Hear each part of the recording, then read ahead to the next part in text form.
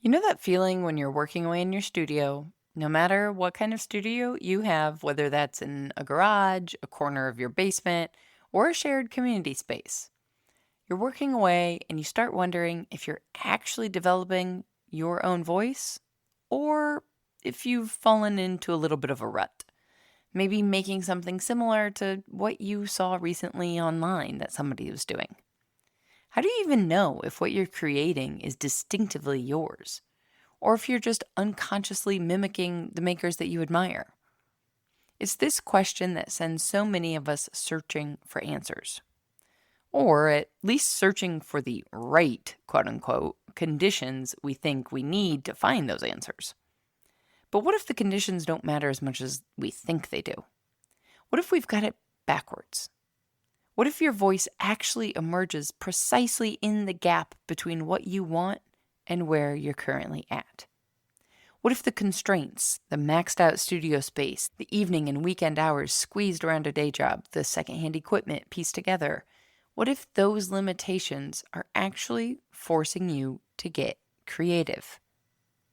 We're told to show up consistently, to produce regularly, to maintain a presence on social media. But what happens when that pressure to constantly create and share starts drowning out the quieter, slower work of actually discovering what you're even trying to say in the first place? Not to mention, what does it mean to search for your voice when you're making work in potentially relative isolation, without regular feedback or a structured space for that feedback, without a community of makers around you to bounce ideas off of? Today's conversation with Becky explores all of this, from working as a librarian by day and making pottery in her garage by night, to the vulnerability of realizing you need mentorship and guidance even after years of practice. We talk about the introspective work of noticing what you notice, about how creative restlessness might not be a problem to solve, but actually a signpost pointing you toward the work you're meant to be making, and about what it looks like to prioritize curiosity over productivity. Becky's experience reminds us that searching for your voice isn't about finally arriving at some perfect version of your practice, like a destination on a map. It's about paying attention to what your current circumstances, your actual life, your real resources, your genuine constraints, what those things are telling you to make, rather than chasing some idealized Instagram perfect version of what a creative business should look like. We're going to dig into it all, but first, real quick for you to know, there's a fun new little thing I'm trying at the very end of this episode. So let's just say I'll know who listens all the way until the bitter end based upon the messages you do or do not send me after this episode. All right. Let's get into it all right after a brief word from our sponsor. This episode is sponsored by The Community, your creative business support system with over 100 makers from around the world. With both the practical education you need to make a living from the things you make, found in our masterclasses on topics like finances, marketing, and SEO, plus the emotional support of fellow makers who truly understand what it's like to try and make a living from the things we make. It's like having both a business school designed specifically for artists and a team of colleagues who actually get what you're going through. But you don't have to take my word for it. Hi, I'm Anna, based in Galway, Ireland. I'm a full-time ceramicist since January this year. I was actually one of the first to join the community, and from the beginning I saw this as a beautiful space for makers growing and evolving. It has been a huge support and network for myself, and everyone is so wonderful and supportive. And even though we are all in different parts of the world, we have this special and wonderful connection I really love. You can find me on Instagram or TikTok, simply by Ceramics by Anna, or in English Ceramics by Anne, and also through my own webpage, Ceramics by Anne. Now, on with the show. Welcome to the Maker's Playbook, the show where we talk all about what it's really like to make a living from the things you make. I'm your host, seasoned entrepreneur of 14 years, Rebecca Ikes Cara. Hey, Becky, welcome to the podcast. Hello. It always gets so official now when I say this. I think I should just stop saying hello and just do cold opens for everything Oh, because, that could be fun. the conversation is always very normal before I do that. Yeah. It's like But having to formally introduce yourself and be like, "Hi, I'm so and so." precisely. And before I get ahead of myself, have you introduce yourself however you want to, third person, 3,000-foot view, whatever. Is first person okay? Yes. Okay. Oh man, I feel like I'm getting my like work introduction, but my name is Becky. I am a librarian by day. I make pots in my garage studio in the evenings and on the weekends. And yeah, I'm in the rural Midwest. It's my husband and my two dogs and I, and find a lot of my inspiration for my work comes from my surroundings. Moved around a lot throughout my life. Ended up in the Midwest. It's kind of where my family's from, and so it's been a journey, but I'm here and I'm doing it. That's amazing. When did you first get into pottery then? I took my very first pottery class when I was 7. I went to elementary school in a very small town in northwestern Kentucky, outside of the Louisville area, and it was a small enough school that we didn't really have like the teachers would do art with us in class, but we didn't have an art teacher. And so the district would bring in local artists to do like after school programs with us. That's kind And of there all. was That's better, actually. right, No it was offense to art actually teachers. no, it was pretty cool. And so there was this woman named Jean Cochran, and she had, I think it was called Fox Hollow Pottery, Okay. and she wood fired, as far as I know. And she like did like a multi-week after school art program with a whole bunch of like 6 and 7 year olds. And like she brought her wheel in one day for us to like, we each made a pot, obviously with her help. And then enough of the kids in my class did that program that we took a field trip out to her studio, and she gave us all like little cone packs to take home at various stages of melting. And like my parents still have my first little like pinch pot mug that I made that's horrible. That's amazing, though. I will s My mom is a very creative person, and so we were kind of always amongst it. But yeah, that I will say the after school program was definitely one that stuck, and then I went to a high school that was big enough that we had a couple of ceramics classes that we could take, and so I started then, and then I continued it in college as a minor, and then I stuck with it as, like, in community studios and school studios until I was able to, find a kiln on Craigslist and start doing it on my own. As you do. Yeah, As you right. do. This is the funny part when I hear about people setting up home studios and they have, like, all brand new stuff, I'm like, "Wait, what?" Like, you have to go through the awkward phase of, like, Oh, man. the old we got a kiln setter from a family friend that we, like, attached an electric panel to, and so like a Oh, you Frankenstein got way kiln. fancier than I did. Oh, I've always I so I learned how to fire on with kiln sitters. But yeah, like my first 2 kilns that I bought were by company I found them on Craigslist and by companies that like do not exist and have not existed for years, like decades probably. yep. I mean, our electric panel is a company that no longer Oh, exists, nice. so As you do. yeah, no big deal. Yeah, it's been a really slow process, and I like the wheel I got. I very much lucked into I say lucked, that makes it sound terrible. A friend of mine's uncle was a, like, studio career potter throughout the '70s, and when he passed away, I was able to buy his wheel from their estate sale for Aw, I love a that though. a good a good deal. Yep. Affordable for me. Yeah. So but yeah, it's been a slow process.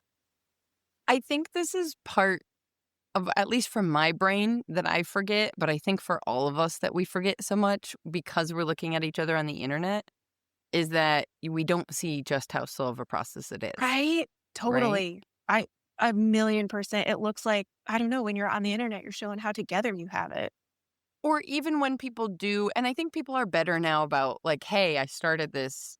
The Yeah. first spot I ever made was 8 years ago on my balcony or in my basement, and then bit by bit. And so people do share that, but there's still some disconnect in my brain of No, like, totally. I know they're saying it and I know it's true. And maybe there's even some people that I've known now for half of that timeline, but still. No, I'm right there with you. And the amount of like runway you need for that time to get through. I think this has Mhm. been something I've been talking about a lot this year of like the reality of how long it takes to get going and that you need to be able to sustain yourself in that really awkward in between And it of is so awkward. It's just like it's a weird time yeah. because there's that I don't know about for you, like, I definitely had a, like, you know, I had all of the, like, fire to, like, "Yeah, let's go," and then like, wasn't in a position to just have a brand new studio. So, like, Also, forced patience. yeah. Well, and like we're in this moment right now of we're at the max capacity of our home studio can hold, but we don't Mhm. have so many sales to warrant a, $1,000 a month lease even if we could Sure. find a studio that only cost $1,000 a month for the electrical, because it's not like me finding a storefront for photography back in the day. I didn't have a lot of requirements for the space, right? I just needed to put in a couch to meet people and a Sure. desk and a computer. I didn't need ventilation or Right. specific voltage or wattage, Yeah. all of these things. Your But own it's like, fuse box. yes. It's like what landlord and you're like, "Oh, and I can pay you 80% of the market value of your rent." Right. Yeah. Cool, right? And probably not burn it down. I'm pretty sure. But can I have a gas kiln? No. Right. Yeah, right. Oh my gosh. Yeah, but it's this point in which like, do you take the leap and finance or take out a loan or whatever to go move somewhere else and try and grow more? Or do you intentionally stay small because that's the space that we have? Or, it's just Mhm. this tension that unfairly maybe, I don't know, unfair is not the right word. To your point, like you have all the gusto in the beginning, and there's like a lot of things often in the beginning that are working out because you have no Yeah. expectations. And you're Right. like, wow, that was great. I Uh-huh. made $3,000 this weekend. That's fantastic. And then you're Right. like, oh shit, it took a month to produce all the work for a $3,000 weekend and You can make that 3,000 amount of work in a month? Oh my like god. Francesco can. Let's be Okay. clear. Production potter husband. Sure. Okay. Yeah. But like $3,000 a month as a salary, Right. in the US of A in the year of our Lord 2025. Huh?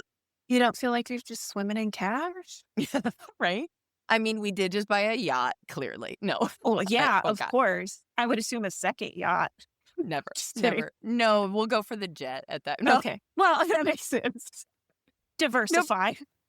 people who are watching on YouTube can see my face and the actual reaction. I can't even say those words out loud without wanting to vomit a Kinda little like, bit. Like, "Huh, huh, yeah." ugh, Yeah.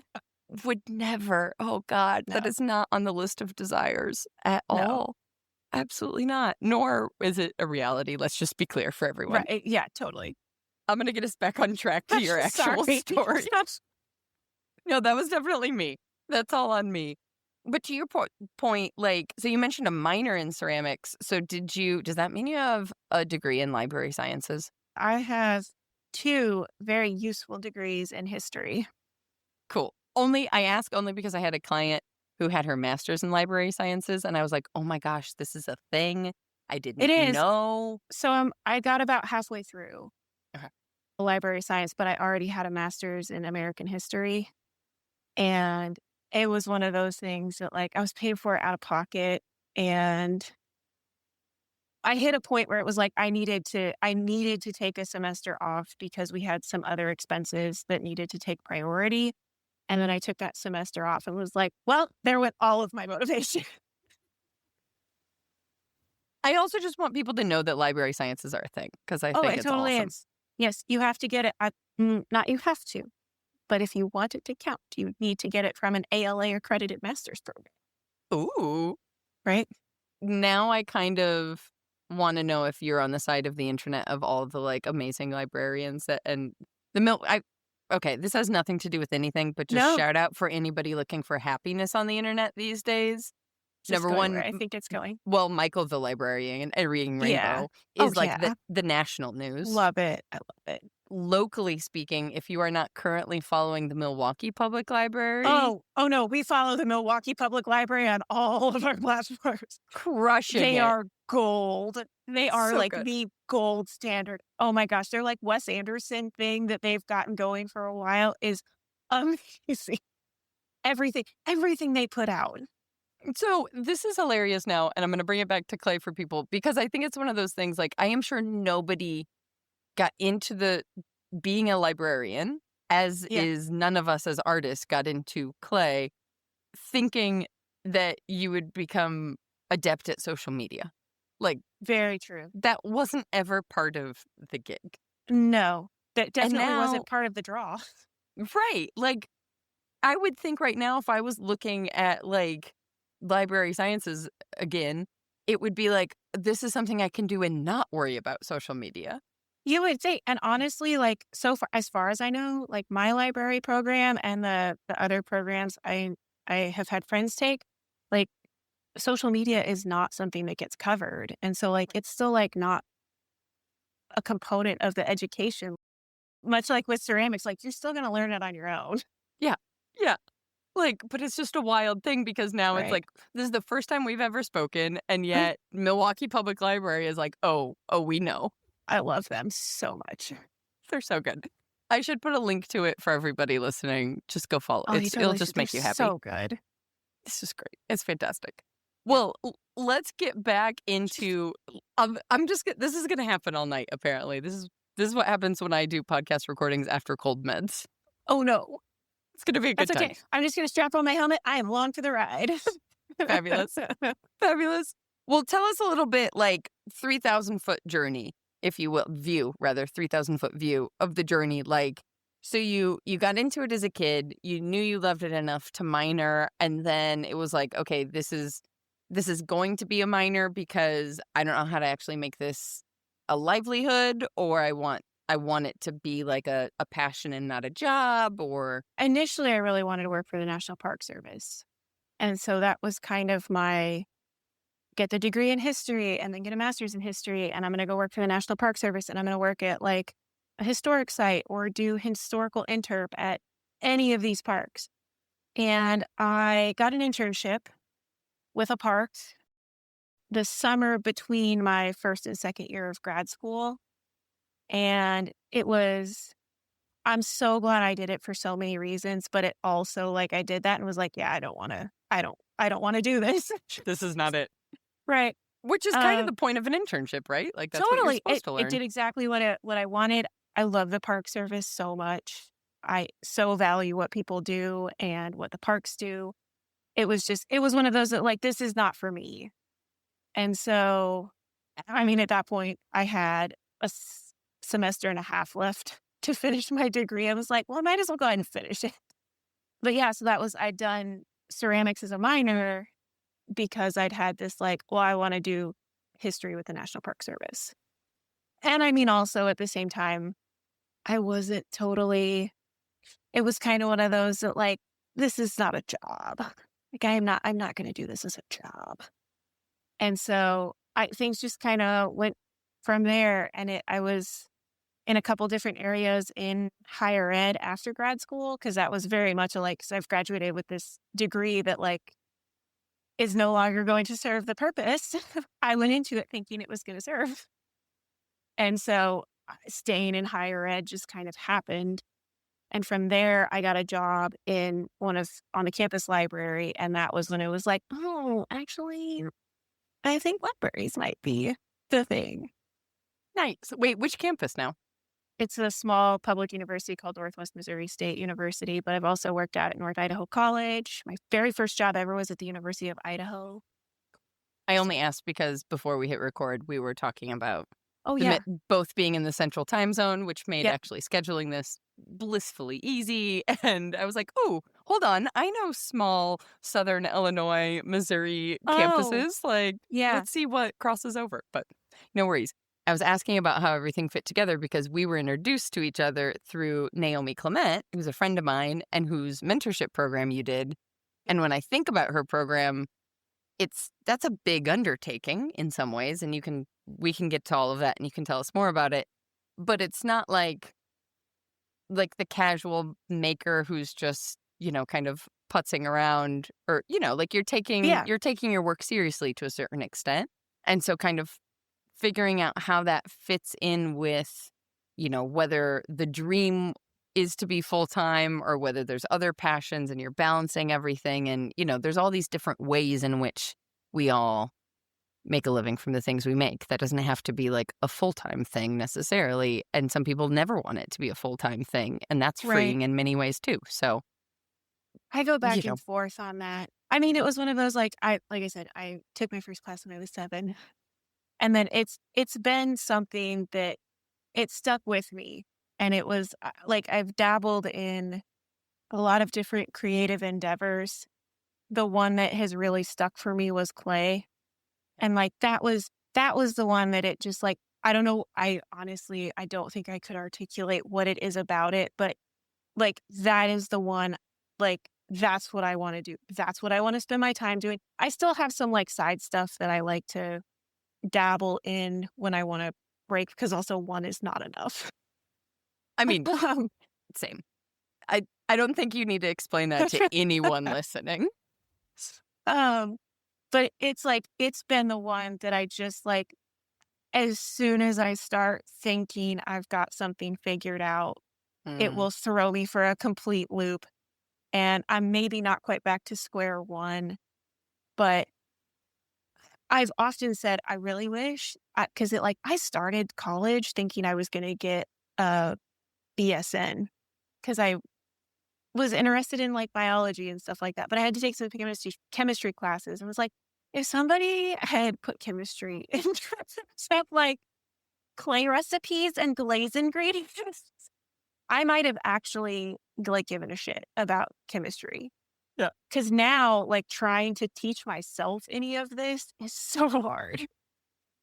I was just But gonna I say, you're saying you didn't pursue one degree because of chemistry, and I'm just laughing I really know, hard because I'm right? like, The but irony. pottery, uh-huh, yeah, Right, I know. sure.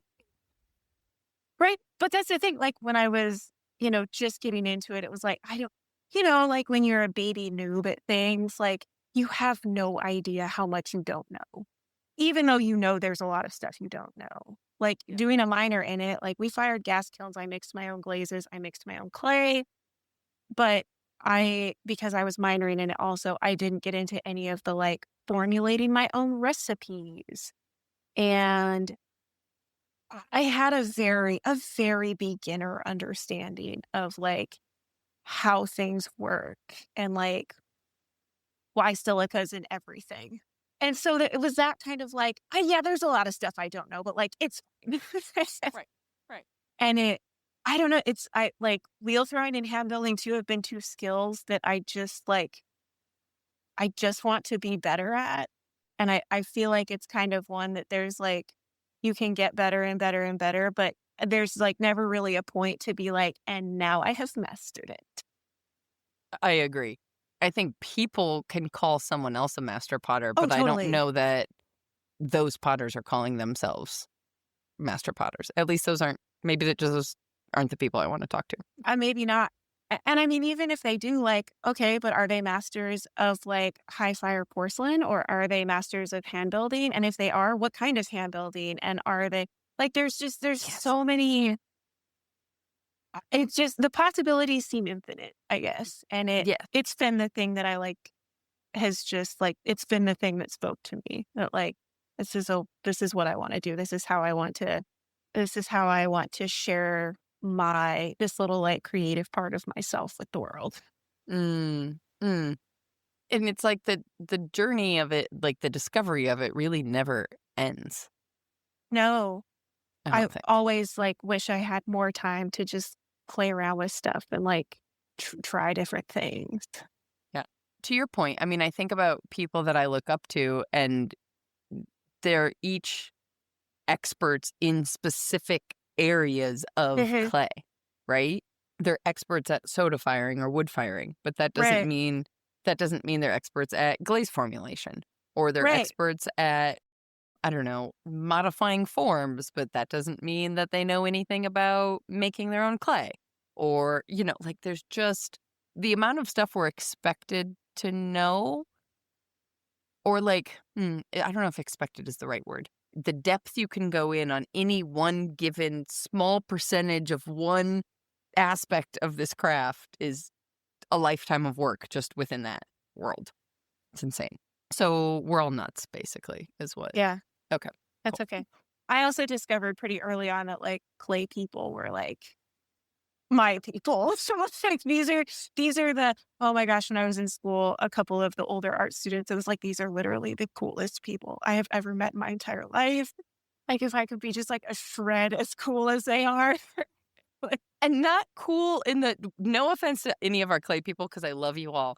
Not cool in the, like, way you wanted to be cool in high school way. no, no, it's a Like, completely different it's like an cool in, like, the individual kind of healthiest. cool. Yeah. Yes. Like, in, like, the healthiest human kind of a way. Yeah. Yes, 100%, I agree. I love And that. so many of them have been, like, just, like, down to share things. Yes. Like, the amount of information I have learned and recipes I have tried just because, like, folks were generous with their knowledge.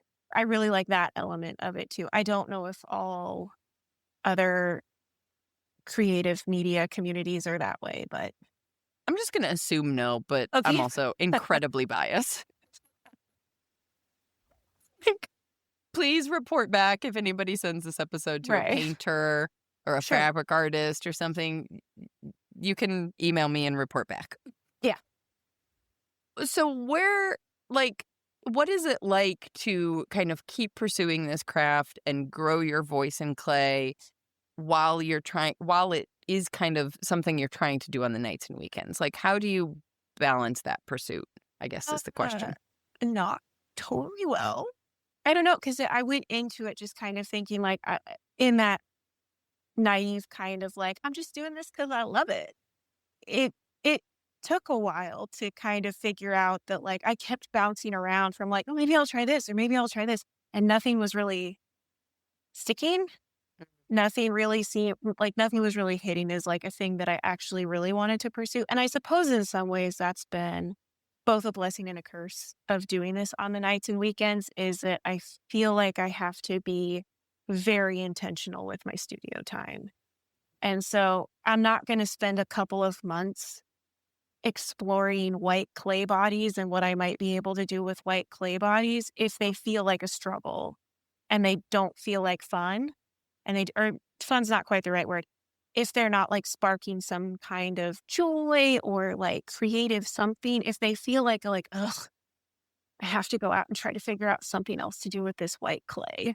I feel like my studio time is too precious to do that, which in some ways can be limiting, but at the same time, was part of the driver for seeking out, like, Naomi's mentorship program because I do stuff at my house by myself or even when I was at, like, working out of community studios, again, I wasn't there, like, taking classes, and so I'd see people around, but most of them I wasn't comfortable enough with to say, like, "Hey, can you give me, like, an honest critique of my work?" Because I just, like I didn't really feel like we were at that level of familiarity because I feel like my studio time is so precious, like, I wanna make the most of it, and the more I got into the longer I'd been making stuff, the more I felt like I wouldn't have been able to articulate at the time that I'm trying to figure out what I'm trying to say, but there was this, like, thing of, like, this isn't it," like, this other thing isn't it,"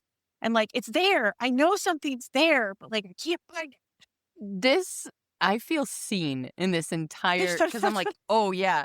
I'm not on the other side of that, though, I'm there. Like, I'm Oh, in that, right? And it's starting to come forward, but it is really interesting, like, why our brains need what am I trying to say?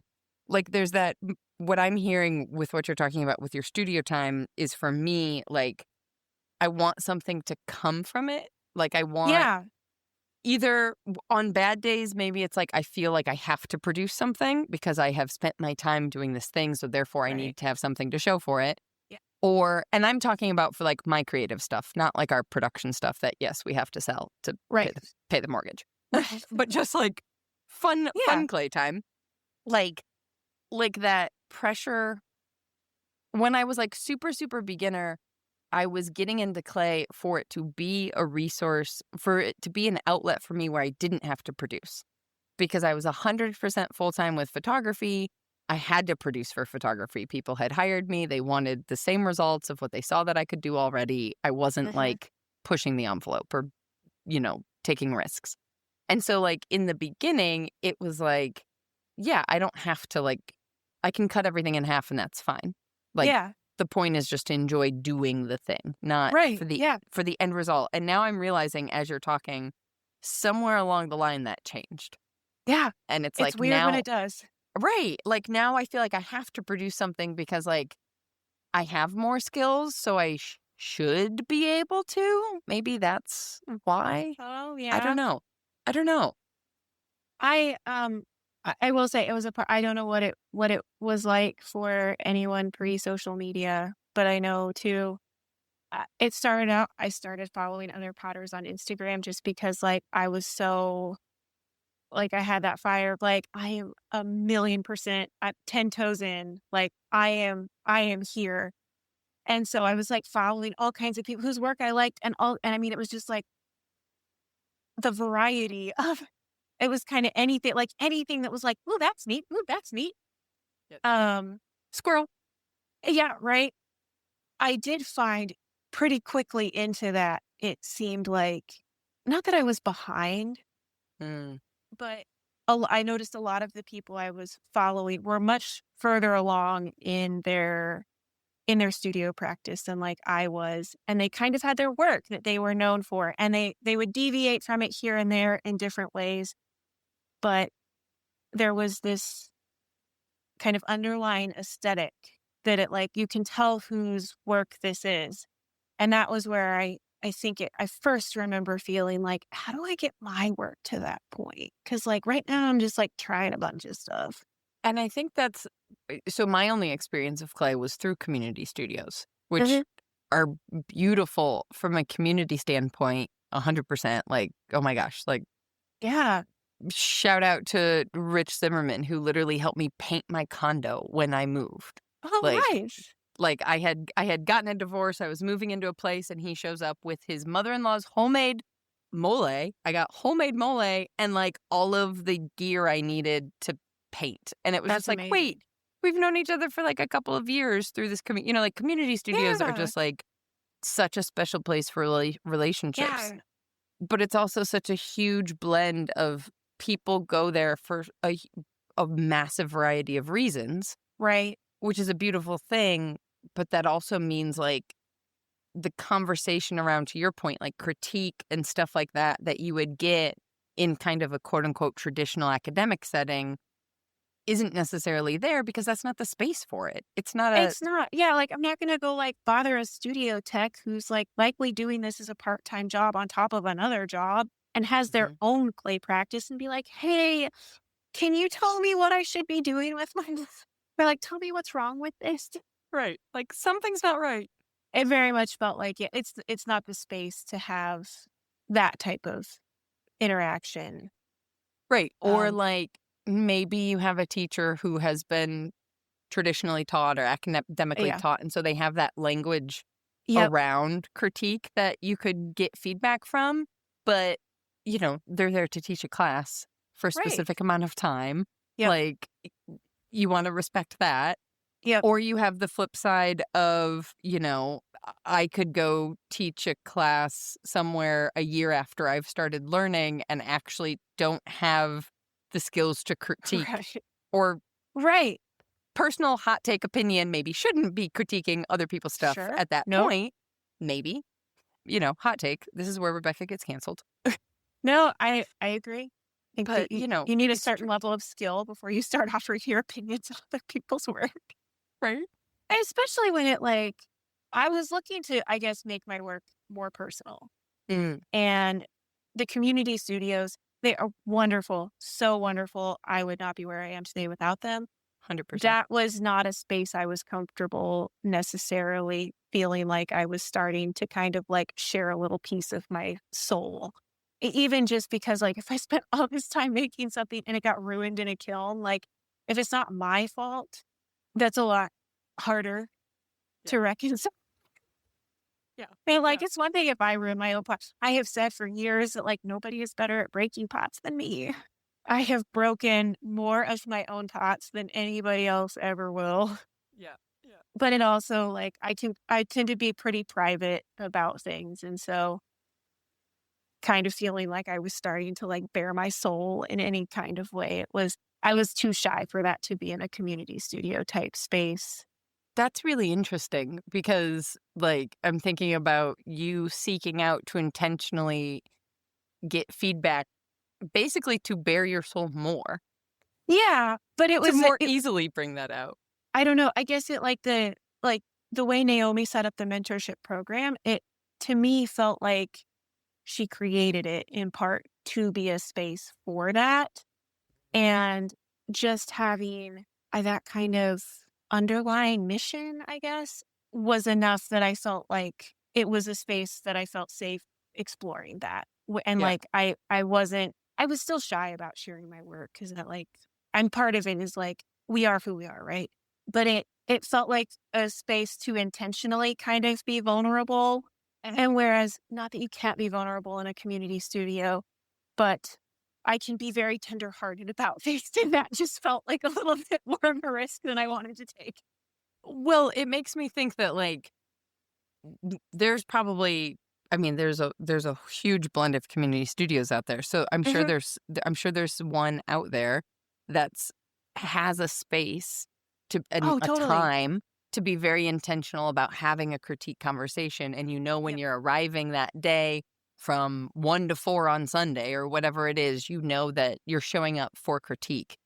And that makes it a safe space rather than, like, trying to have that serious of a conversation while the 2 people across the table from you are, like, I don't know, talking about baseball playoffs or Right. something. That is just, like, not at the same emotional level at the same time can be very, like, jolting, I guess. That and it like I started exploring it with like surface decoration and I even just the very casual like, "Oh, why are you doing that?" That comes up in like a community studio when someone just kind of it's very friendly. Like it's not that they're being off-putting at all, but it was a level of casualness that I felt very like I don't want to share how personal this is Right, because you're like, I don't actually know, but like, shut up, this butterfly means something. Like, and there's a that's all on me. That is not a fun. that makes so much sense. It's like there's an emotional heaviness to the motif I just put on the surface of this. I Right. can feel it, but I don't have the words for it yet, and I really need Exactly. you to not ask me because It's it's especially not in a overwhelming. glib way. That makes so much sense. That makes so much sense. Oh my gosh, that's amazing. Well, and then on the flip side, to your point, when you have a home studio where you're working out of now, it is just you. And Yep. it's like, well, now I've gone too far the other direction. Yeah. Like, It was how very do I much like the pendulum was here and it went clear over to the other side. yes. Which also is comforting for me because I feel like that's also what Oh, I've, like, done with my whole life. And I'm like, "Okay, oh hold on, man. let's balance out. How do we balance Right. this out?" It's also exciting, and we are gonna talk more about Naomi's membership, but all of this to me goes into your story as well in terms of, like, how hard it is to find the resources to keep having these conversations when you're not in school anymore, when you're not in a residency program, when you're not in some kind of formalized space where that's the expectation. Because so many Yeah. of us, myself included, find clay later on, and then it's like, "Hold on, I'm in love with this thing. I wanna keep going. how do I do that in a meaningful kind of way, you It's know? almost like trying to figure out how to make I find it akin to trying to figure out how to make friends out of college, like, when you're not in and amongst it with so many people with a shared kind of trajectory, like, how the fuck are you supposed to, like, meet people and make friends? Yes. And Without a community studio. You need a community exactly, studio. right? Yes, 100%. I think I got an ad, this has been a couple of years, for like an app that was not a dating app. Like it was the point Uh-huh. was to make friends. Oh, uh-huh. And I was just like, that's really amazing if I were to have like solo, like if I were to move cities solo for a job or something and know no Yeah, one else. How are you going to get out there outside of work? But also like it was amazing and also slightly strange. I couldn't decide. Went back and forth of like, wait, we need other, like, there has to be other outlets for us to meet people that's not like swiping on friendship. right. Yeah, totally. I don't know. I that too, and I always had the hurdle of just, like, going somewhere alone. It's like Also, yep, yep. This has nothing to do with making pots, but a big thing in Milwaukee now is the silent book club, which I think is probably one ooh, of the coolest things ever. Suggesting it to bring to other cities where basically you meet up. They have them at bars oftentimes or other places where it's like it's a uh-huh, 2 hour meetup, but for the 'kay. first hour, everyone has agreed that you just bring a book and you come and you sit in silence and you read. But like, Oh, that's cool. and it's not a book club where everyone's reading the same book. You just Sure. bring whatever you're reading. Yeah, And then after that hour, it's like you might still keep reading, but people might start chatting or somebody sees the book you're reading and it's like, "Oh, I've been wanting to," it's a whole thing. So yeah. it's a fun like Sounds amazing. option for making friends as an adult Yeah, outside of work. right. Yep. Highly recommend. But neither here nor there. Right. Also But community studio. also, also.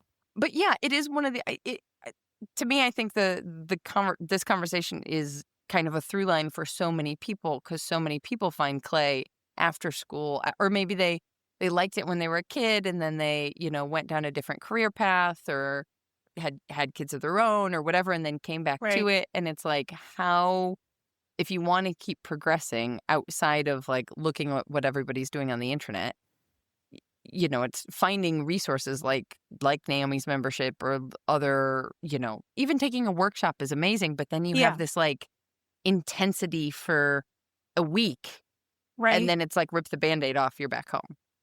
That's right. how I Yeah, feel. That's how I feel about Insika. it's like a whirlwind. Yes. Yeah, and then it's just like, oh, and then you just go, like, back to your normal life. Like, what is this? Right. And you're still Um, like barely processing right? everything. Yeah. In a lot of ways, like, I have loved Instagram for, kind of building community because I do live in a very rural area, and so I can go down to Kansas City, and I love Kansas City, I love their art and clay scene, but it is like, I'm not in Kansas City, and that does make it different, and so, like, Instagram in particular has been really great for, like I've made Instagram friends that, like, we chat all the time. I wouldn't have met them without it. At the same time, though, it could at times feel very discouraging and like, how do I grow my work? Right. Because it's Or just like like I see what everybody else is doing and they seem to have it figured out. or are constantly growing. That too. Yeah. That's the other thing for me of like, it should always be up and to the right. I should Yeah. always be continuously improving. And it's like, well, in reality, that's not realistic. But No, it's not, in, but in that's Instagram, it is. it is. Right? No, totally. And it like and there's like that part of my brain that I know this is an unrealistic expectation. And I know too that most of these people I'm seeing their highlights reel, just like they see my highlights reel. And like this is not an accurate picture of like what their day-to-day studio practice looks like. And like in my practical brain, like I know this. But But yeah. 100%. 100%. It's like, but I should be able to do more. Or I should be able to like, oh, they're working another job and have kids and getting in the studio Right? until whatever hour, like, I should be trying harder. And it's like, Exactly. Yeah. "Mm, should I? I don't know." It's hard though not to get caught just kind of caught up in it. Yes. Well, what is it like for you also? So, like, I know we're doing nights and weekends and whatnot, but you're also still taking it very seriously. You're pursuing the craft, you're harnessing, finding your own voice. So, what is it for you being in a more remote area to try and like get your work out into the world and sell that work and have people see it and that side of things? I have found I have to be pretty intentional about where I send work. And I certainly don't have a like, I'm only going to send it to local galleries. Like, absolutely not. I want to share it any and everywhere.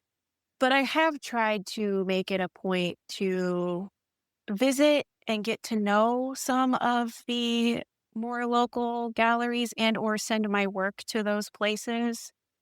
I am lucky that the university I'm at has a ceramics program, and the ceramics professor and I are friends, and she is a wealth of knowledge and seems to just like know everybody. And so like my very first NCSAT, I just like tagged along with her all over everywhere. I was like, "Oh, hi, That's I'm amazing. Becky." Like she is like an amazing ceramic artist, but it definitely doesn't it takes a different kind of effort, I Mm, think, because like I can't just go to a community studio or, you know, go hang out and look at all of the shows that like Belger puts out, which is a studio down in Kansas City. Cause it like I have to be intentional about what I'm doing because it is a drive. That being said, it has been very kind of fun, I guess, to get to know other folks who are in kind of remote areas. I also, if I do in person sales, aside from one that we do at Nsika, I try to make sure like those stay within about a 2-hour radius of my house. Cause that to me has felt like that's felt like the best way for myself to like get my work out to what I would consider like my local community, hmm speaking broadly. But I am very slow at the work that I make. And so I don't do in person sales very often. And so, like I do, aside from our like Nsika pop up that we do, I try to just do local for that because I do want to have that connection to where I'm at. That makes sense. Do you worry very much then about like, do you do anything online or do you just try and do mostly in person stuff to keep it simple? It's been like a year and a half of receiving what has felt like just like problem after problem after problem after problem after problem. Mm. And I have thrown more work in the shard bin in the last like year and a half that Oh I lost one no. whole kill mode to my kill misfiring and it overfired, and it just, like, everything was ruined, and I'm really slow about it. So, I used to put stuff online, and a couple of years ago, I went out with the instructor or the professor on campus, and I went out and did an artist inviting artist residency out at Red Lodge Play Center.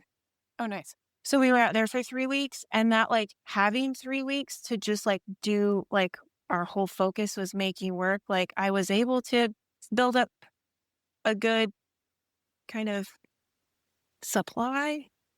Since that has been depleted, though, I basically make enough to like send to different galleries that I've committed to and do our Seeka sales. That's it. That's I would love amazing. to sell online again, but it when I first didn't do like a holiday update, I was like, oh my gosh, like I feel like a failure. I should be doing Mm, so much better. And it was hard at first because I think I had also kind of set that expectation that I sold my work online and you could find my work online. And if I wasn't, doing an update in September, like no worries, I'd be doing one sometime between November and December. And now that I'm a couple of years of not doing that, I will say people don't ask me anymore, which makes me feel way less guilty. isn't that interesting though? Because like to me, the benefit of having another job is to not have the pressure to have Yeah, to produce and have to sell.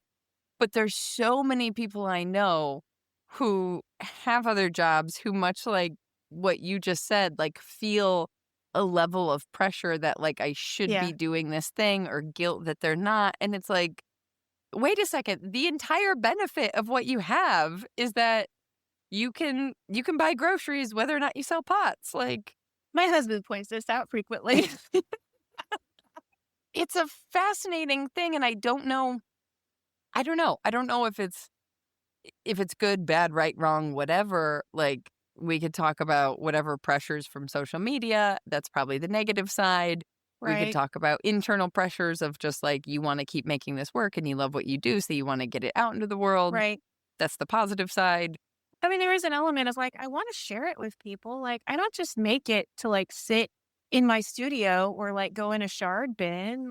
I make it because like I'm sharing a little bit of myself with the world. And like, this is Mm. my like, I'm trying to put something nice out into the world.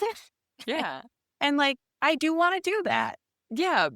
It's just like I'm keep sitting with my own head of like all of these shoulds, right? Of like Oh, yeah. Right. Oh, no, totally. what we should be doing or not, as opposed to like, well, hold on a second. Like, I only asked about online sales just for context for people, for anyone who's like, "Hey, Oh, I yeah. wanna my dream life is to live in a small town in the middle of the Midwest, but how do I make this work with that?"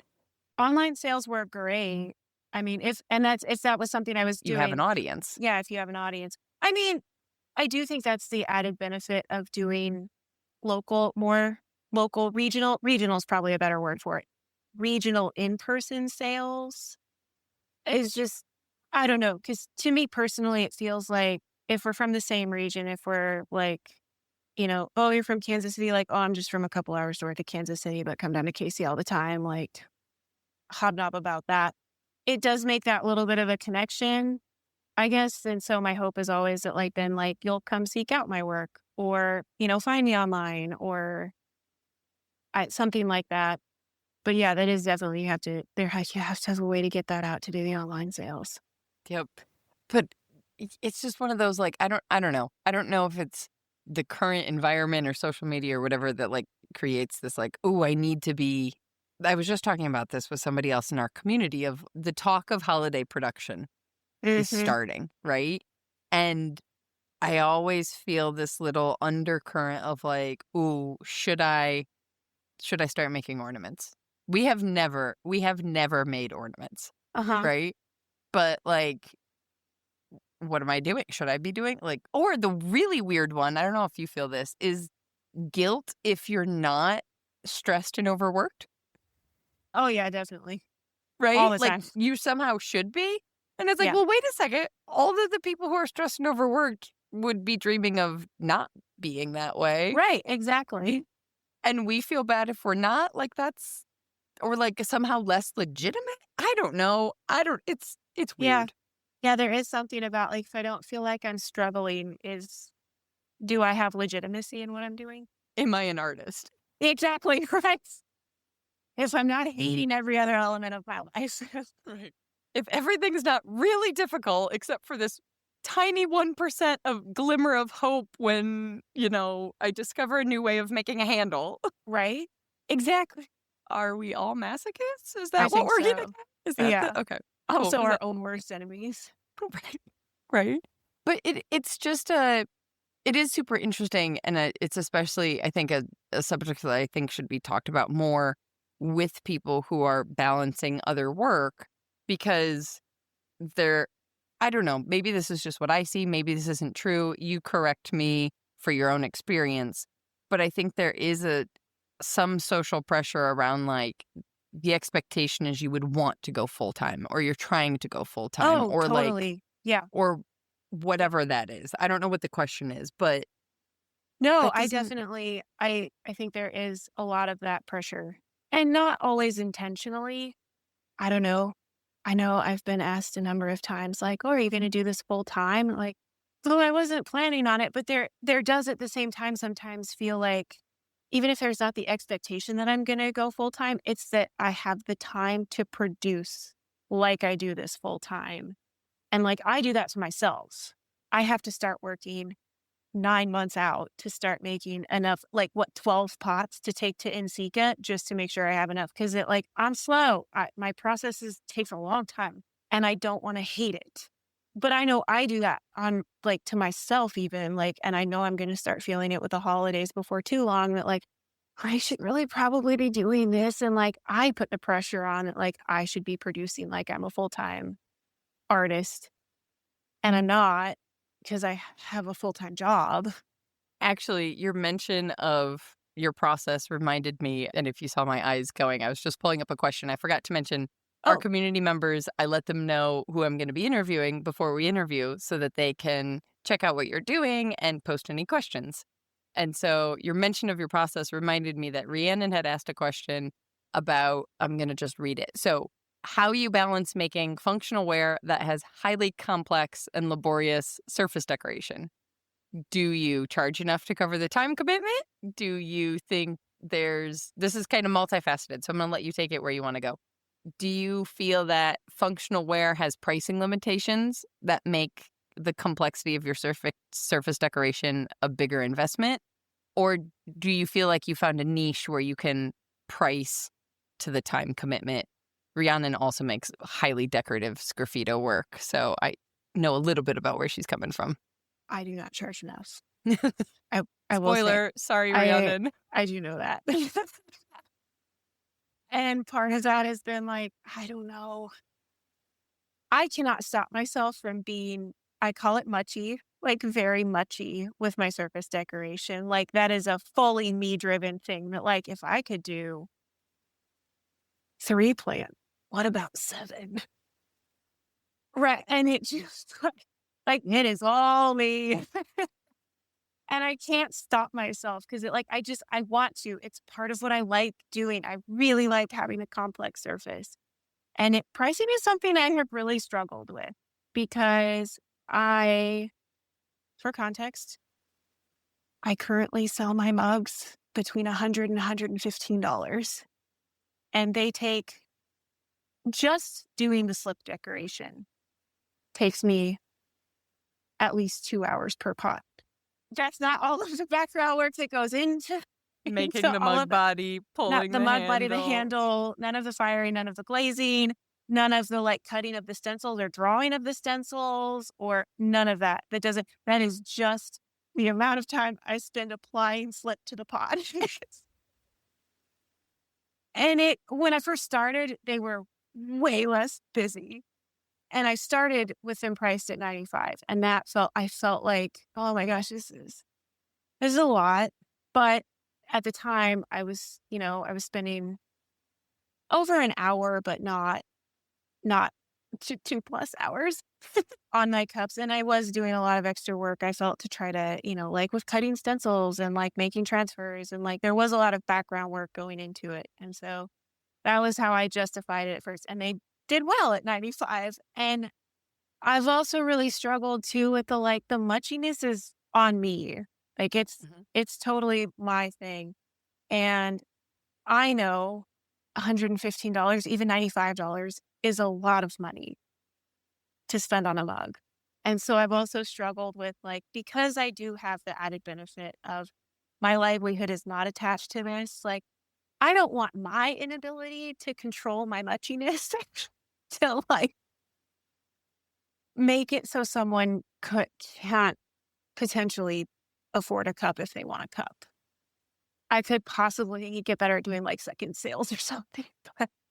But at the same time, I also am at the point of, like, if I'm spending 2 plus hours just on the slip alone, and I've cut so many more stencils than I used to, I also don't wanna undercut anybody, which is another side of it, that I don't wanna undercut anybody who is doing, you know, the amount of work that they feel is worth a $130 mug, and right now and so I feel like I have not found a good balance in that because I don't wanna outprice people for my own insanity. Also, like, but I don't wanna undercut anybody and, like, devalue their work and make it seem like my time isn't worth it, I guess, because it is a lot of time. It's a Yeah. lot of time.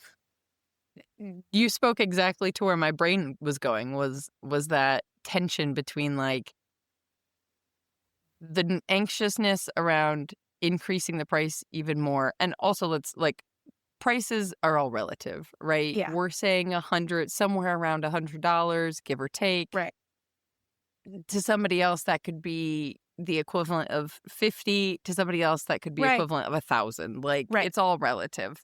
Totally. But more money than normal for something that you want people to use Yeah. and be able to have and enjoy, that tension between it being enough to be a reflection of your time and the value of the piece, and at the same time be something where, like, you feel like you can attract the type of people that you want to buy your stuff and Right. not just be in, like, a glass box somewhere. But the other thing that I think of is also, like, okay, if we were to have a business coaching phone call, I could go down the route of, like, okay, well, can we come up with a line that takes you a half hour per cup that you can sell at a lower amount? And, like, sure, if we were only talking numbers, that's an option. But Right. does it light you up? Do you actually like it? Are you proud of it? Because all of that's the big difference when I look at the stuff floating around the internet that people are finding about how to run a small business. That's the type of conversation you would get in that, but it completely negates the, like, maker soul, to your point of, like, bearing your soul to people and saying, "This is a little piece of me. Here's my Horcrux that I've given into the Exactly. world." If we were to then kind of diminish that and say, "Okay, well, here's the 30-minute version of this cup," that's now no longer you. That's no Right. longer, like, the thing that gets you excited. That's just production, and at that point, have it go be made by a machine, you know? Right. Yeah. It is something I continue to work on to see if I can't figure out something that I enjoy doing, but I also like am able to practice some self-restraint on so that like it does only take like a half an hour and still looks like my work. I haven't found it yet. We'll see. I feel like it's a debate between muchiness, which I love. I'm gonna use that in the future to and credit you, and enoughness, Yeah. which is the conversation I had with one of my photography mentors, Jordan. Like, every time in college, every time I'd come out of the dark room with, like, a new version of whatever print I was working on, and he just looked down and looked back up at me like, "What's the difference from the last one?" Like, Wow. I was obsessing over, like, the minutia of detail, and I'm sure he could tell what it was because he's a Right. professional and was, the professor of the class, but the point was, like, move on. Like, Right. Yeah. there comes a point where no one else is going to notice the extra 30 minutes, 45 minutes you put into something because we were obsessing about it, where, like, we could Right. just move on and be able to create even more work and move forward with, the Right. pursuit of our craft. And these are times working in your own studio by yourself does not facilitate that very well. You need, like, an alarm clock or, like, the dog to come in to be like, "Hey, stop. It's time for dinner." Oh my gosh. But even then, like, I'll get to like, I'm not at a stopping point yet. Cause yeah, like I can say, like, I know what's different. I know what I did that took so much more time. I feel like it tends to be something that has to be pretty extreme, like get me to nearly the point of feeling like I don't want to do this anymore before I'll get to a point of being able to look at it and be like, okay, is this actually worth trying to like burn myself out to do this piece of like, relief water etching with color behind and all the does it really matter that much? Or is there another way I can add texture and it still gets that element that doesn't make me want to throw all of my clay in a ditch and say, to hell with it? Like, Yes, exactly. The balance between mental well-being and obsession of the craft. Yeah, very important. but it's hard when it like when you're by yourself, Right, right. right? Because that like I look at my work all the time, so I can tell you what's different. Or even, like, in the moment when you're first exploring that, it can Yeah, be interesting and it can really light you up. But did that moment of lighting you up continue 6 months later, or do you feel obligated to still have to do it this way because you had this one moment? And yeah. so, like, Oh, that's a rough one. Yeah, yeah. for Mhm. real though. Oh, yeah. I once shared a studio space with another photographer who I would watch retouch out, like, thin a 5 o'clock shadow, Uh huh. basically. And I was like, but that's how his face is, and it was like, so there were certain things that were like too much was a distraction. And I was like, but Uh-huh. that's so like retouching like hair follicles, basically. And I don't mean like, oh, my like chin hair I missed this morning. So Oh, please take no. that out of the picture. But like Right. a man who had hair on his face. Holy smokes. And it was just like, he's gonna look at the picture and see the like smile of his fiance's face. That's the important part of the picture, not like how Right. thick the stubble was. Yeah. Right. It is so easy to get in the weeds though, and very Mhm. hard to get out. At least that's what I have found, like, working by myself. 100%.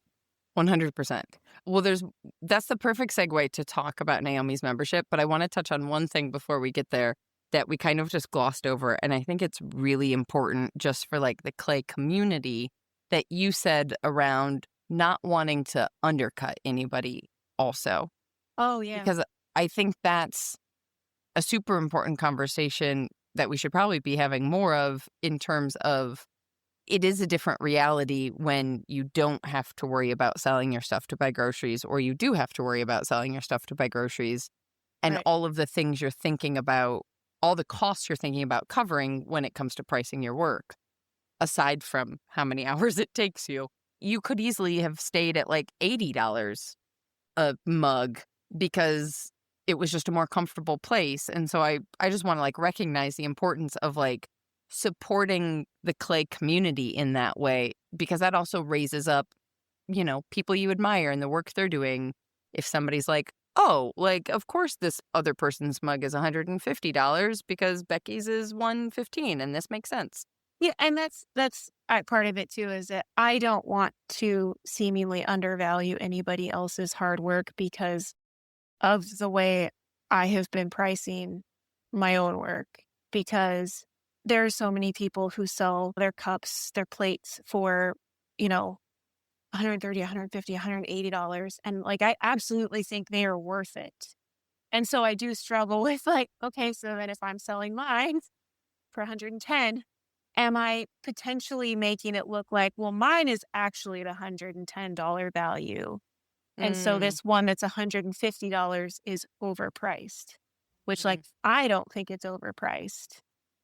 But I don't know. It's a really weird thing to navigate, and I'm not sure. That's interesting because I think the gap between 110 and 150 for me is much smaller than the Oh, gap okay. between 10 and 50. Okay. Both But are 40, that's a good, yeah, like both are $40 apart, right. mathematically speaking. Sure. But like there comes a certain point, and I don't know that this is statistically true, but let's just say over $100 for a piece of functional wear that is also art. Like, or maybe there's brackets, right? Like between 100 and I don't know, 250 or something, and Hmm. then over 250 or over 500. There's like brackets that I think within them, then it makes sense. Like the value is kind of seen equally, even if there's a $30 to $40 difference versus the gap between a $30 mug and a $70 mug.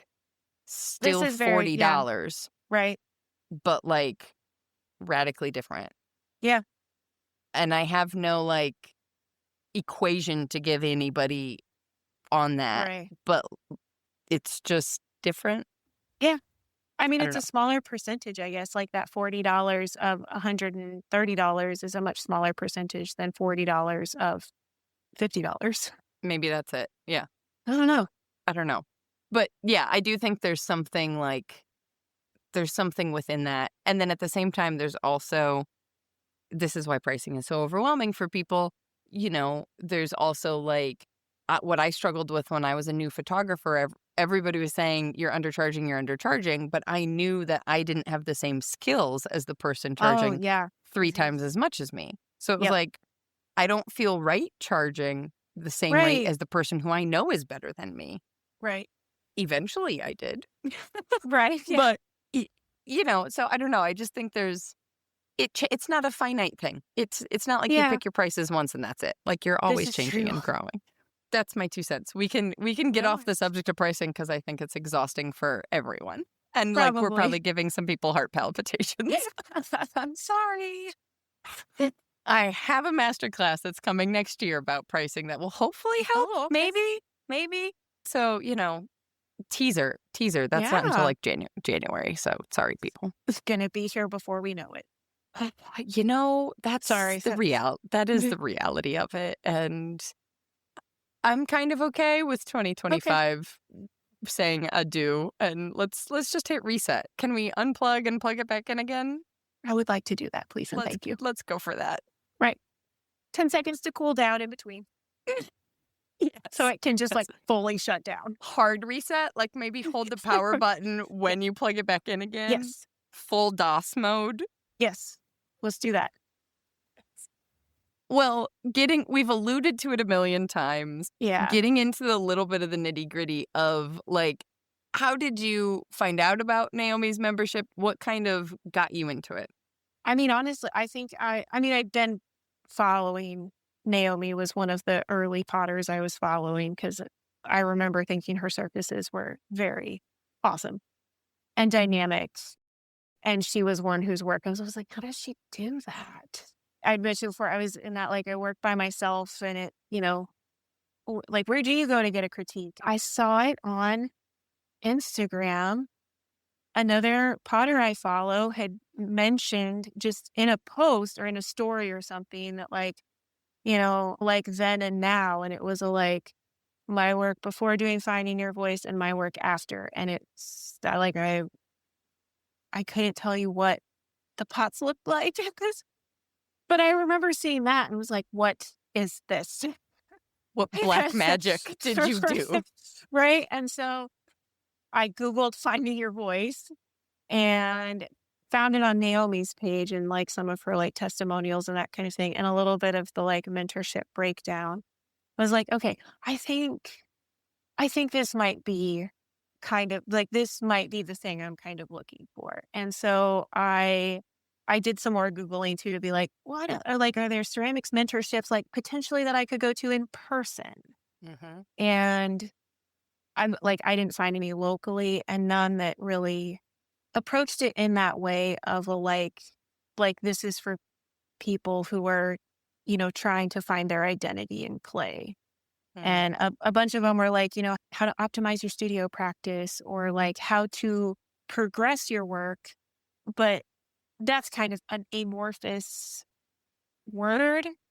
And because you could just be like getting better at your skill or Right. something. Said progress, I immediately thought of, like, oh, like, production throw, like, learning how Right. to Yeah. repeat throw or, Exactly. Yeah. you Learn know how to throw big or, Yep. Like, very uh, tactical, skills-based, like, craftsmanship stuff, which is yeah, important also. But totally. But that wasn't the part of it that I was looking for. That was when I felt like I can mess around with throwing or something in my garage. What I'm really struggling with is, like, what am I doing with my work? Because I don't Mhm. wanna quit making work, but I'm feeling very rudderless right now. And I don't know what direction to go, and I don't know how to figure that out. And so, I just like all of the language used to describe what finding your voice was. I was like, this seems like what I'm after. And so I applied for it and, like, I sent in my, like, statement about what I was looking for and, like, where my work was at and all of that. And yeah, so that was how I found it was somebody else on Instagram. And it was, I mean, monumentally changing in my work. I suppose in some ways life changing for my studio practice. Um, NBD. Just a right, yeah, just a small thing. small testimonial.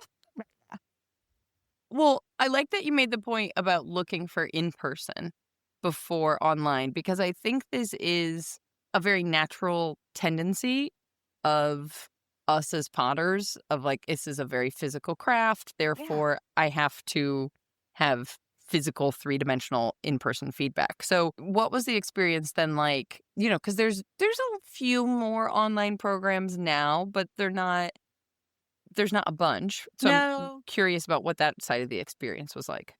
it actually 'cause that was a lot of my thinking was that, like, if I'm making three-dimensional work, like, how do I get a critique in a two-dimensional setting? But we would upload photos. I think I brought work a couple of times to, like, show it kind of in the round, but it was uh, she really encouraged us to upload photos of our work from different angles and, like, if we were making things with handles, like, take a picture of yourself, like, holding it to, different ways to look at the piece. And it worked out fairly well for me for a lot of it because, like, I wasn't so much concerned with the pot itself and the form itself. It was that surface that where I kept gravitating towards. And so figuring out ways to take photos that, captured the surface was like a challenge, but a good challenge. Cause there was also when I knew I was going to be uploading photos that would be used, like we break out into small groups and do like critiques and that kind of thing. I wanted to make sure that the photos that I took were capturing what I wanted. Yeah. And so, So what you're telling me is I should text Naomi and be like, "Hey, we need like module 0 for finding your voice. I'll oh, come there you go. in. We'll do some photo. Like we Yeah. need to adjunct me in here." There we go. Yeah. I'm gonna tell her. Learned I started taking a lot of photos with my garage floor because it's a dark gray concrete. Yes, nailed it. That's my background for 90% of my photos. Perfect. It makes your life a lot easier, I can tell you It that much. it really does, and it like I said, the lighting out here is the best anywhere is because, priorities. Hey. But yeah, I mean, I think having that again, like, because as with anything, you get out of it what you put in. Mm. I really wanted to find some direction. And so having the like, okay, upload photos for, 3 pots that we're going to critique. I was like, all right, like, then I'm going to make sure that my photos have all of the components that I want. I don't want it to be left up to guessing, like, okay, so why is this one here? Yeah. And I mean, it ended up working out pretty well. I also did the mentorship in 2021, so still COVID years. And looking at photos, honestly, because I spend so much time looking at pots on Instagram, it didn't feel that much different. That's a good point. And then, like I said, I wasn't so much concerned with like, my forming techniques or anything. And so, especially for me, like, being able to focus on the surface in photos was really helpful. And then it made it very easy to share with everybody. Like everyone could pull up the same photo at the same time. We weren't having to like pass a pot around and let Oh, yeah. everyone like, sit there and hold it and examine it and like gather their thoughts and then try to hang on to those thoughts while everyone else is talking. And That's a really great point. I've never like, what a huge benefit, actually, I of yeah, online. I've never thought of it that way. yeah, Huh. I thought it ended up I thought being, you know, uh, very beneficial for that. So Well, also because I think the exciting thing for me about the ability to find mentorship like this online instead of in person is for those of us that came to clay in adulthood. You already have a more or less fully formed life. Maybe. Let's not make assumptions. well, I mean, I you go to know, work 40 hours a week, but right. Like the ability to there was one very small window in my life where I kind of put pause on everything and went away for 3 months for a residency to dig oh deep yeah. into clay. I don't see when I would be able to do that again now, Oh, yeah, you know? absolutely. Yeah, about 3 weeks in Red Lodge was about all I could handle. Yeah. I mean, oh, Yeah, don't get me wrong. which I was could wonderful. easily handle 3 months Yes. again. I would love to. The rest of my life would not appreciate that. Right, right. Like the logistics that had to fall into place for that to work were really specific. And if you are, you know, single and have no pets in between jobs or straight out of school or, I don't know, I guess maybe a partner that travels all the time for work, it Yeah, could work. There's a lot of other iterations. I don't want to just go with the obvious ones. right. But the opportunity to get mentorship like this without having to press pause on your entire life or blow it Yeah, up right. is relieving. I I would say, and it being online too, it worked really well because it, again, and it for me too, being as rural as I am, like if I was going to do one in person, like I was going to be looking at minimum, a 4-hour round trip drive, which Mm. then if you add that into like a, 4 to 5 hour session on like a Saturday, that's an entire Saturday, like an entire Saturday. And if that's I, one of the 2 days a week you get to make. right. That's a big chunk of your time, and Yeah. so that was where online was really nice too, because then, like, for me, where a commute would normally be something that was a major factor, we would do 4 or 5 hours on a Saturday, and I just had to be ready as soon as it started, and there was still time either before or after if I was feeling particularly inspired after that to be like, "There's time to actually go do something," Yeah.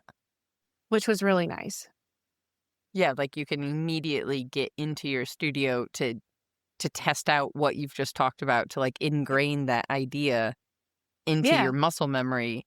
Yep. That's awesome. That was nice. Yeah, that's Yeah, fantastic. I really liked it, so What was something that, like, that you didn't expect to get out of it that surprised you? the work I'm making now I I honestly, I wasn't expecting to any any semblance of direction, and I would have considered the mentorship a win. Any amount of, like, being able to get honest critiques of the work I was making, like, that was what I wanted. I was I don't wanna say the surprised is, like, I didn't have high expectations of her, but, like, I was surprised at how introspective Naomi asked us all to be Mm. about what we were doing and what our studio practices were like and why we were doing things. And I think it was a lot of her guidance toward being introspective that I found most beneficial, helpful, course changing in where my work went. Cause like she would have us like, oh, spend a bit of time, like she'd give us a prompt that we were supposed to write on. We discuss it in groups. And like there was like, you know, after class homework type stuff. And she gave us readings to do. And again, it was one that like you get in what you or you get out of it what you put in.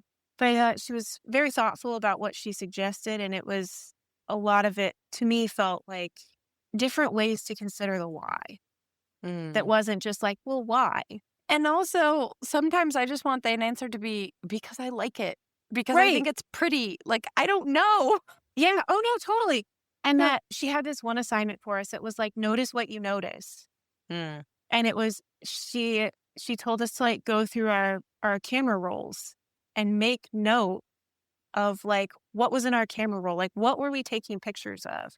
What were the things that we were stopping to notice that we maybe weren't necessarily like consciously identifying as like, oh, this is an inspiration for me. Right. Like, for some reason, you stopped to take that picture, but Right.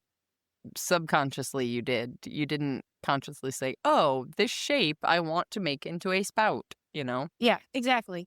I have a lot of pictures of like flowers and bugs and like leaves and stuff on my phone that are like specific to right around where I live and that kind of stuff I take pictures of it all the time and like really think much of it.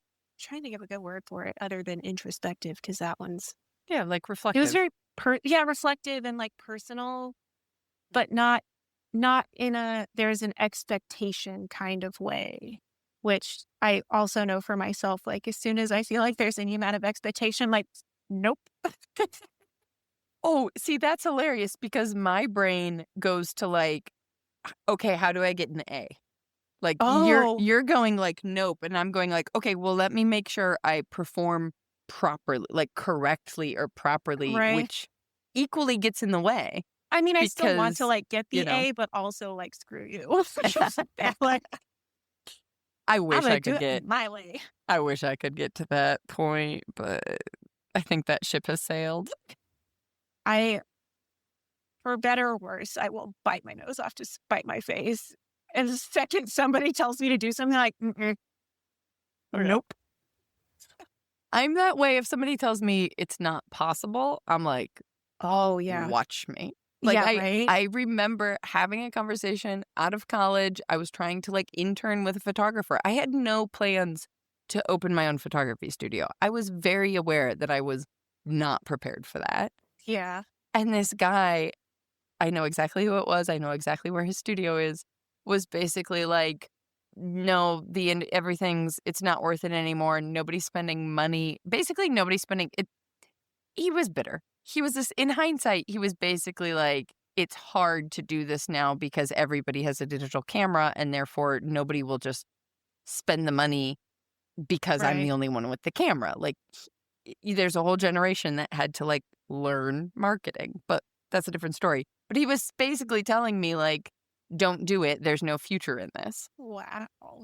Yeah, no, And I I laugh at totally that. identify with that too. They're like, "I'll show you." Right. I was like, "Well, I'm gonna do it anyways," and sure worked out. Right? Thank you very much. But that, like, if you approach it, so like Naomi's approach was like, "Here are all of these resources. You can look at them if you want to." I was like, "Oh, well, now I want to because I want to be the good student." If it's my choice. As it turns out. Right. Right. That's hilarious. Ugh. That's amazing. Oh, that's awesome. Well, I know she'll have all of the, like, logistical details. I'll put a link to it in the show notes for people to check out, but I also want people to see the work that you're actually making now that we've talked Oh, about it. yeah, So right. where on the internet should we send them? I'm most active on Instagram. I am at Hawthorne_ceramics. I do have a website, but it is very robust right now. I don't have a lot of work on there. I looked at it before we chatted, Okay. and I think it looks perfectly fine. Okay, there's just like no work on there, and I haven't put like archived photos or anything. But yeah, Instagram is where I'm most active. I try to be, I don't know, present on it. So yeah. Amazing. Well, I'll link it all in the show notes. I hope this conversation with Becky has given you permission to stop waiting for the perfect conditions before you start searching for your creative voice. Because the thing is, your voice isn't hiding somewhere waiting to be discovered once you have the right studio or enough time. It's actually developing for all of us right now in the work that we're making with what we currently have available. Your creative voice might not emerge despite your constraints, the tiny studio, the day job, the secondhand equipment. Instead, it often emerges because of them. When you can't afford to quit that other job or scale quickly, you're forced to stay clear on what genuinely matters the most for you to make. You're forced to pay attention to what you pay attention to. And maybe that forced patience, that slower pace, is actually protecting the creative joy that made you want to do this in the first place. If you've been feeling like you're just mimicking what you see online, or if you're working in isolation and wondering if your work is actually yours, you're not alone in that struggle. Becky's willingness to seek out mentorship, to admit she needed guidance even years into her practice in order to take that next step forward, well, it reminds us that asking for help isn't a sign that we're doing anything wrong. It's often the exact thing that helps us see our work more clearly and indeed find our voice. If you've been feeling creatively restless or like something needs to shift in your making practice, I hope you'll check out any number of the possible resources available online to dig deeper. Whether that's diving into conversations with fellow makers and building real connections inside of the community over at makersplaybook.com, or getting even deeper on a one-on-one level with a mentorship program like Becky did with Naomi Clement. And in fact, the Finding Your Voice mentorship Naomi offers will be opening again shortly. So if you're interested in that, be sure to jump on her waitlist and find out more over at naomiclement.com. Regardless of what you choose to do, I hope you find real support and meaningful connection. So until next time, my friends, go get back to making your dreams a reality, because together, we've got this. Audio post-production of this podcast is made possible by help from Christy Kotzfan, with promotional material assistance from Queenie Maliki. The Maker's Playbook podcast is recorded on the original homelands of the Potawatomi, Ho-Chunk, and Menominee people. where the people of Wisconsin's sovereign Anishinaabe, Ho-Chunk, Menominee, Oneida, and Mohican nations remain present.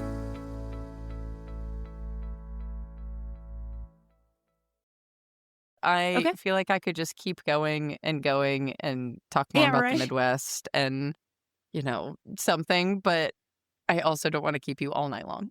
Oh, no, that's okay. I feel like we did really well making it through this entire episode, and neither one of us uttered an "oh." Oh, now I'm a little disappointed. Right? We should just end with it, just on We probably should. Right, yeah. Like an "oh, ceiling." Oh, see, I mean, we could also make the end last 10 minutes. That would be This accurate. is true too. Like, okay, so we're gonna go and Right. yeah. Oh, but also don't forget, do you need watch for deer? I mean, this time of year, that would be accurate. I know. They're on the move.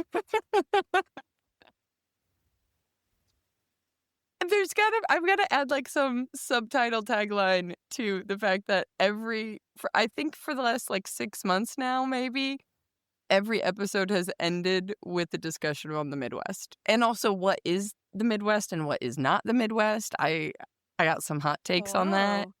Yeah, we stirred up some heat. So there's Midwestern drama. I'm curious about this. Well, I don't want to repeat it because I think it will threaten my friendship with some people, and I like them and I want them to keep them as friends. Hi, Jessica, you know I'm talking about you. Because I may or may not have said previously that if you're in the Eastern time zone, that's not exactly... It's not. I'm sorry. I co-sign this. I said what I said, but I love you, Ohio. There's a region called the Ohio River Valley, and it is not the Midwest. But also on the flip side, you know how like there's all the like Reddit and like, carousel things of like people are having AI draw things, like draw a person that represents every state in the Midwest or whatever. And some of them are hilarious and some of them are highly accurate. Yeah. But the recent one I saw had the Dakotas. Oh, I see those get added sometimes. Yeah. And I'm like, wait, what? Yeah. I don't know. I don't know. They feel more Great Plainsy to me. True, for sure. But also so far north, but equally north is Minnesota. So. I would say, so the park that I interned at was we were 6 miles south of the Canadian border. Shout out Canada. So a couple of the rangers that I worked with, one was from Door County, Wisconsin, and then one was he was a Yooper. And they were like, wait, where are you from? Missouri? Like, that's the South. That's not the Midwest. We're from the Midwest. I was like, I am literally in the middle of the country. Well, like, I mean, the Midwest. To be clear, I think it was Isaac Shue that pointed out, like, it is not geographically accurate whatsoever. Like, no, it's not. For sure not. But I also was like, come on. Like, the town I went to high school in was like the jumping off point for the Oregon Trail. Like, I am in the Midwest. Oh, you're the beginning of dysentery. That's how everybody dies. Okay, it is. In the R.I.P. game, at least. Yes, right. Also probably real life. If people don't know the video game we're talking about, you'd need to pause your listening of the Maker's Playbook podcast. Don't come back to me until you've the Apple II version. Yes, not. I think I saw an ad for giant an app. Floppies. Yes. Exactly. I saw an ad for it as an app now, and I'm like, I need this to only be in pixels that are like an inch by inch size, and it has to be jolty. Like, if this is smooth graphics, absolutely not. I want no part of it. Yeah, no. So when I moved out to Idaho the first time, I went to go visit my friend in Portland, and I drove through the Dalles. And that, like, I was coming up on the Dalles. I was like, wait a second. I made it here once in the game. I know this place. That's amazing. Oh my gosh, that's fantastic. I love that so much for so many of us. Okay, this is complicated though. I'm going to come back to this and then really we'll let you go. When you say, as soon as you said that he said that the Missouri is the South, I'm like, it's like half and half. Like there's some. It is. No, it's like how Indiana has partial Central time zone, partial Eastern time zone. Yes. So Missouri was not officially part of the South, but we were a border state. There are definitely some leanings that way. But that being said, like if you drive through Missouri and you drive through Tennessee, like very different vibes. Fair enough. But yeah, I mean, and I tend to think of it like where the Missouri River cuts through. So where the Missouri River cuts through, north of that is very Midwest. Yep. South of that is more South.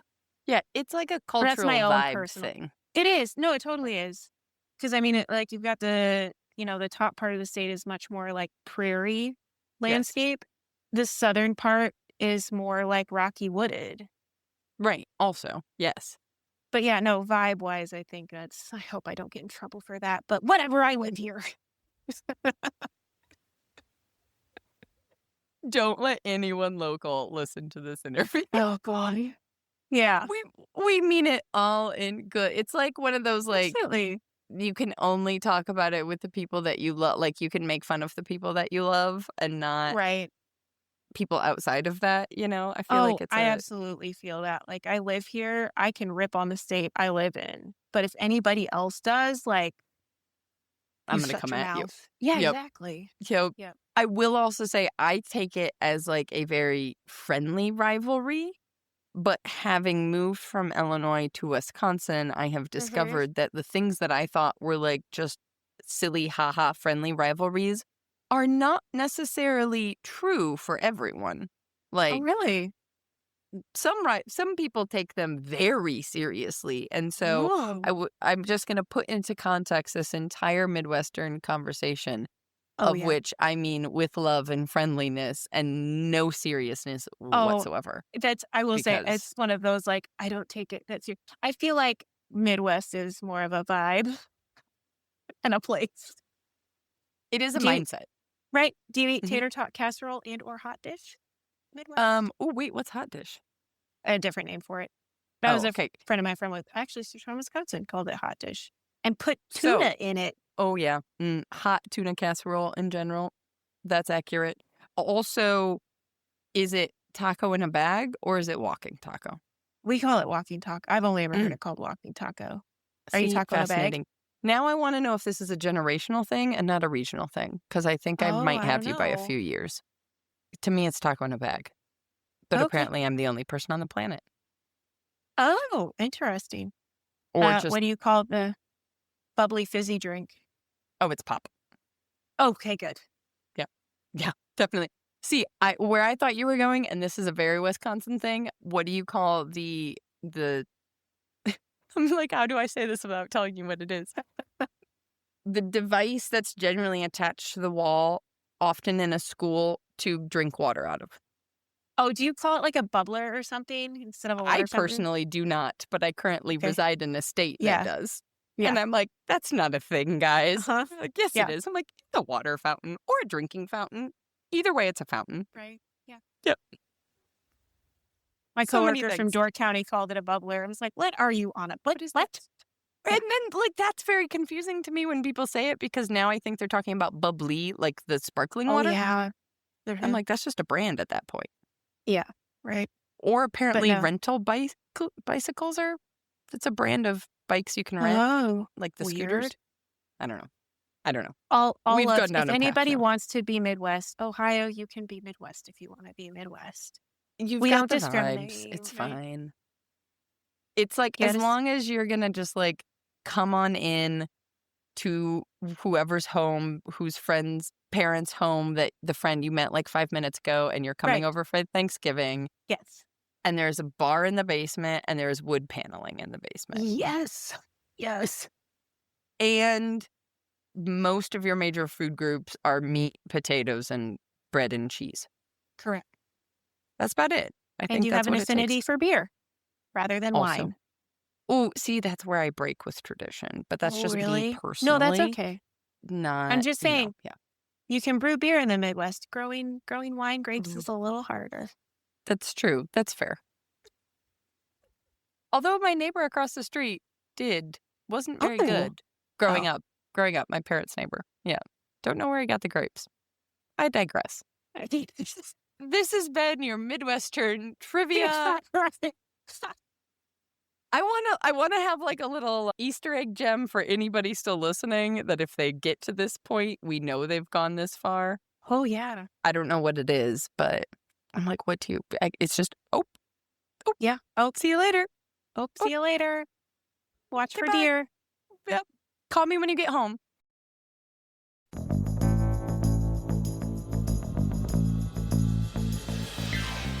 This podcast is a production of the Brickyard Network.